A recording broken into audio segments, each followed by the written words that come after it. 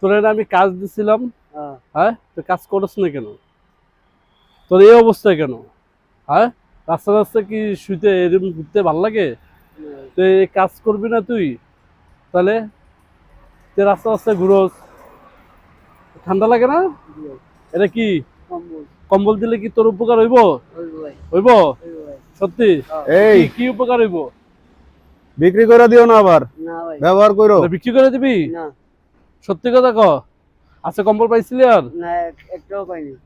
এই কম্বলটা যদি আমরা দিই তোর কি উপকার হবে? ওই ভাই কিরকম উপকার হইব? আর শীতকালে ঘুমাইতে হবে।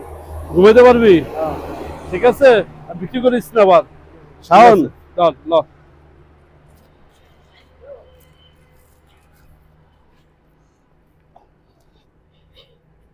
ল যে যে বল ভাই আলহামদুলিল্লাহ আমি কম্বলটা পাইছি।